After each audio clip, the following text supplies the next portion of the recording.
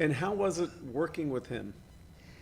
Well, Was it a little dicey at first? when I started, the guy gave me a book, The Cowboys, and I read this story about a man who loses his ranch hands who are going to a gold strike, and they want to make, and he's about to take 1,500 head of cattle plus 100 horses to market to sell them.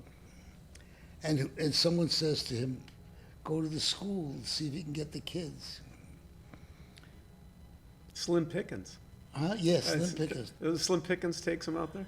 The scenes between him and Slim Pickens are some of my favorite. I mean, you made a fantastic film. For me, as this guy's kid, when I watch that movie, you give me back my father for a period of time. That's great. I'm so glad because I'm giving you a gift. Yes, you Well, are.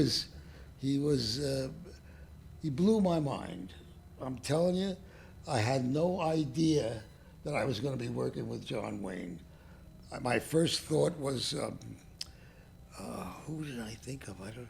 George C. Scott, I read. George C. Scott. And they said, John Wayne. I said, John Wayne, who was conservative politically, and I was a borderline communist, for Christ's sake.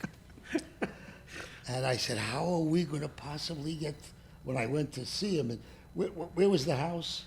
Newport Beach. Newport Beach. I went to see him in Newport Beach. I said, how are we going to work together? I'm a Jew. I'm a left wing. You're a right wing hero, and I'm a borderline communist. How are we going to work? He says, tell me how to act. He said to me.